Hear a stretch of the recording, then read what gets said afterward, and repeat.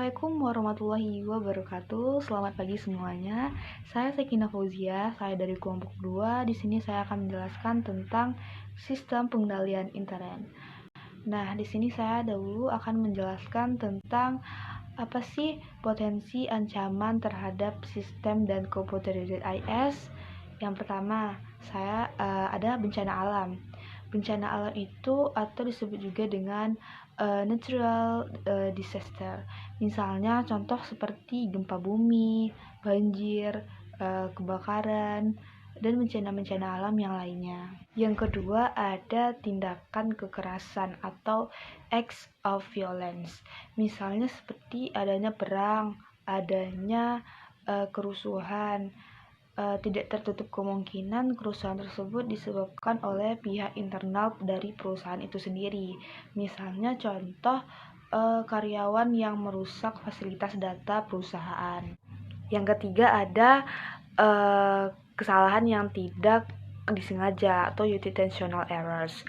Contohnya di sini misalnya seperti adanya kecerobohan kerja, adanya karyawan perusahaan yang tidak mengikuti prosedur perusahaan, adanya karyawan yang kurang terlatih atau kurang diawasi, atau kesalahan yang dalam menempatkan sebuah data ataupun sistem yang tidak memenuhi kebutuhan dari perusahaan itu sendiri atau tidak mampu dalam menangani tugas yang telah ditetapkan oleh perusahaan.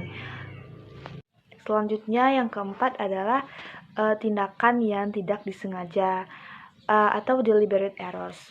Contohnya di sini ada seperti sabotase, kecurangan komputer, manipulasi data, dan itu juga korupsi. Selanjutnya yang kelima ada kehilangan aset yang tidak disengaja atau disebut juga dengan unintentional losses of asset. Contohnya adanya kesalahan dalam penempatan atau penyimpanan sebuah aset, baik itu berupa data yang akan menyebabkan data tersebut menjadi rusak ataupun hilang. Nah, selanjutnya yang keenam ada pelanggaran keamanan atau breaches of security. Misalnya di sini contoh seseorang yang tidak berwenang dapat mengakses laporan keuangan dengan cara membobolnya.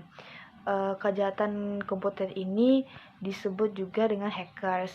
Nah, dengan membobol komputer perusahaan tersebut, mereka dapat melihat daftar gaji karyawan di perusahaan tersebut, dan pesaing juga dapat melihat perencanaan pemasaran yang telah direncanakan oleh perusahaan tersebut. Baiklah, selanjutnya saya akan menjelaskan tentang definisi dari sistem pengendalian intern. Nah, sistem pengendalian intern itu meliputi struktur organisasi, metode, dan ukuran yang dikoordinasikan untuk menjaga aset dari organisasi tersebut dan juga mengecek ketelitian dan juga mendalami data akuntansi serta mendorong efisiensi dan mendorong dipatuhinya kebijakan-kebijakan dari manajemen tersebut. Nah, selanjutnya sistem pengendalian intern tersebut juga menekan tujuan yang hendak ia capai, bukan hanya pada unsur-unsur yang membentuk sistem tersebut. Pengendalian intern tersebut juga berlaku baik pada perusahaan yang mengolah informasi secara manual, baik itu dengan menggunakan mesin pembukuan maupun dengan menggunakan komputer.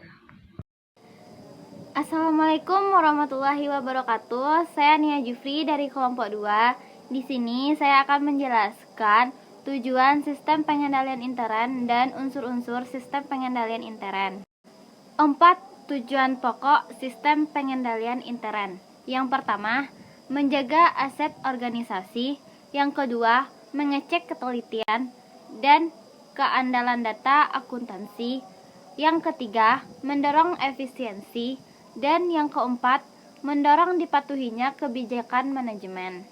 Menurut tujuannya, sistem pengendalian intern tersebut dapat dibagi menjadi 2 macam. Pengendalian internal akuntansi atau accounting control dan pengendalian internal administrasi atau internal administrative control. Pengendalian internal akuntansi yang merupakan bagian dari sistem pengendalian internal meliputi struktur organisasi, metode dan ukuran-ukuran yang dikoordinasikan terutama untuk menjaga aset organisasi dan mengecek ketelitian dan keandalan data akuntansi. Pengendalian internal akuntansi yang baik akan menjamin keamanan kekayaan para investor dan kreditor yang ditanyakan dalam perusahaan dan akan menghasilkan laporan keuangan yang dapat dipercaya. Pengendalian internal administratif meliputi struktur organisasi, metode, dan ukuran-ukuran yang dikoordinasikan terutama untuk menurun efisiensi dan dipatuhinya kebijakan manajemen. Unsur-unsur sistem pengendalian internal adalah: yang pertama, struktur organisasi yang memisahkan tanggung jawab fungsional secara tegas. Struktur organisasi merupakan kerangka atau framework pembagian tanggung jawab fungsional kepada unit-unit organisasi yang dibentuk untuk melaksanakan kegiatan-kegiatan pokok perusahaan. Dalam perusahaan manufaktur, misalnya, kegiatan pokoknya adalah memproduksi dan menjual produk. Untuk melaksanakan kegiatan pokok tersebut, dibentuk departemen produksi, departemen pemasaran, dan departemen keuangan dan umum. Selanjutnya, departemen-departemen ini kemudian dibagi-bagi lebih lanjut menjadi unit-unit organisasi yang lebih kecil untuk melaksanakan kegiatan-kegiatan perusahaan. Yang kedua, sistem wewenang dan prosedur pencatatan yang memberikan perlindungan yang cukup terhadap aset, utang, pendapatan, dan beban.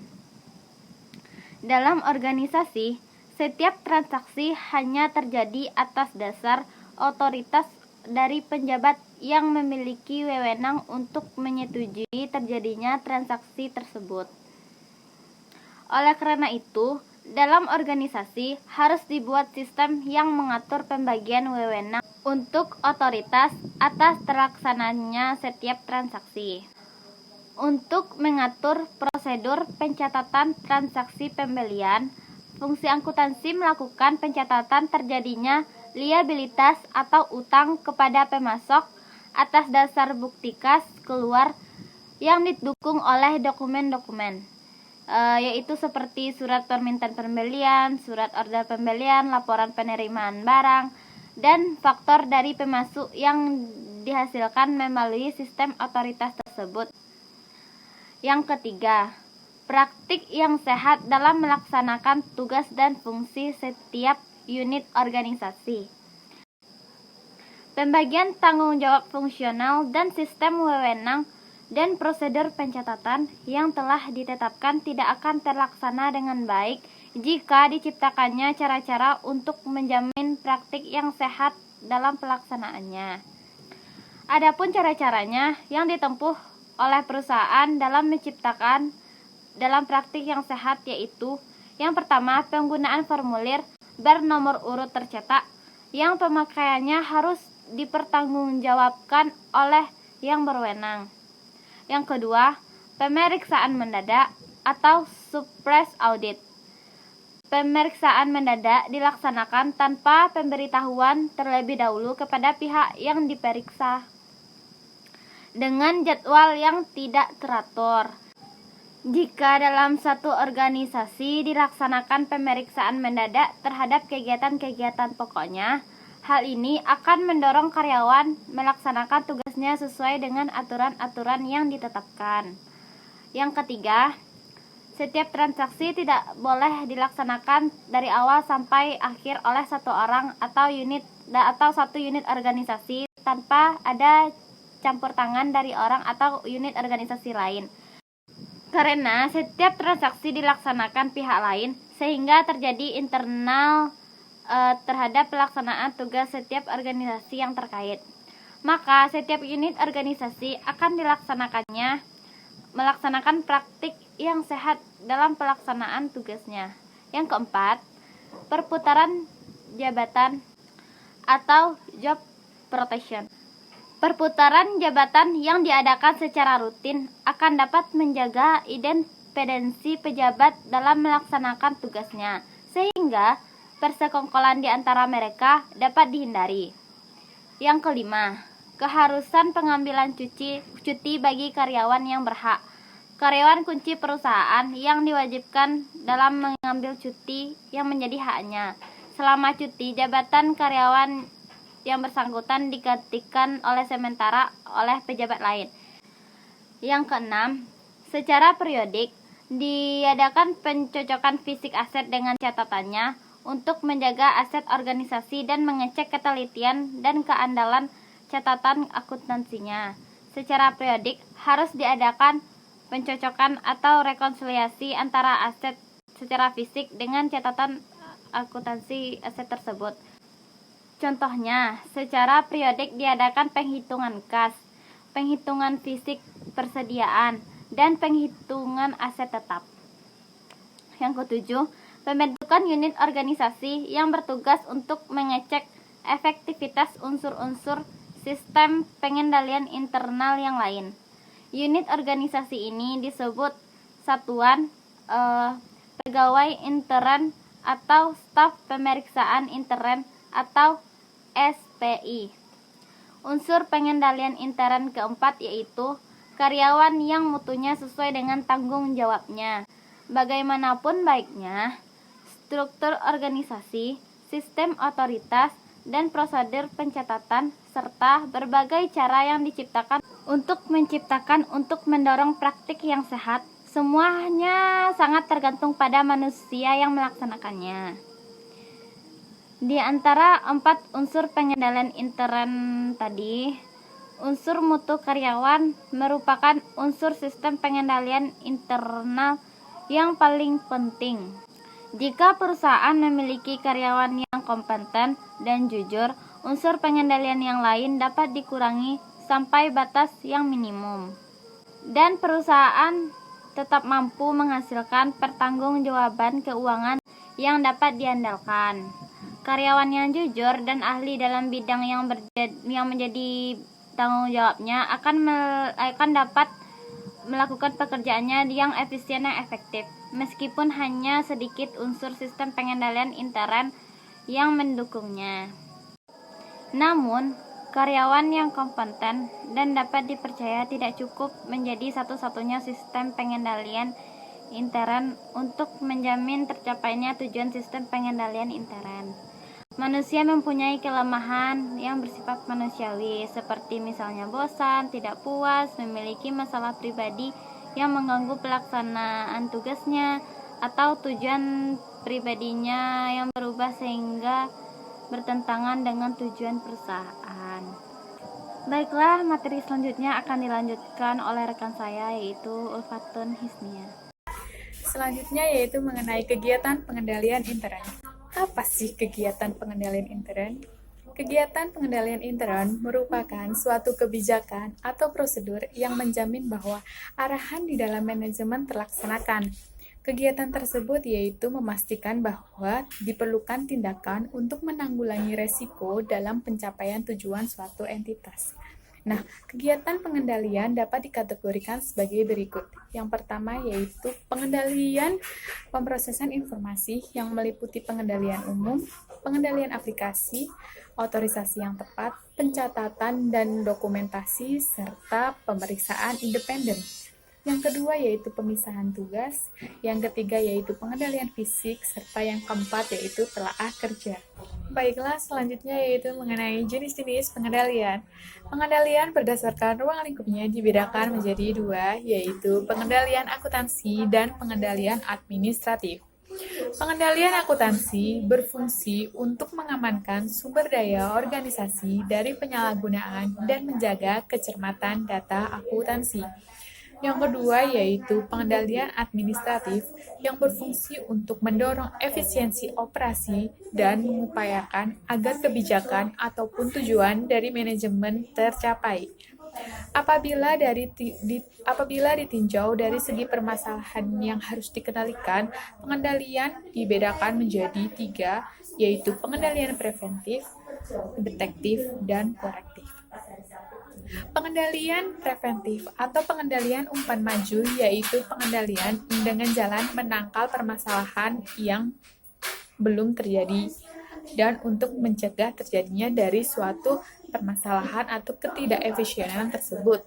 Yang kedua yaitu pengendalian detektif, yaitu pengendalian yang berfungsi untuk mengungkapkan suatu masalah atau permasalahan yang terjadi pada suatu aktivitas setelah aktivitas tersebut terlaksana.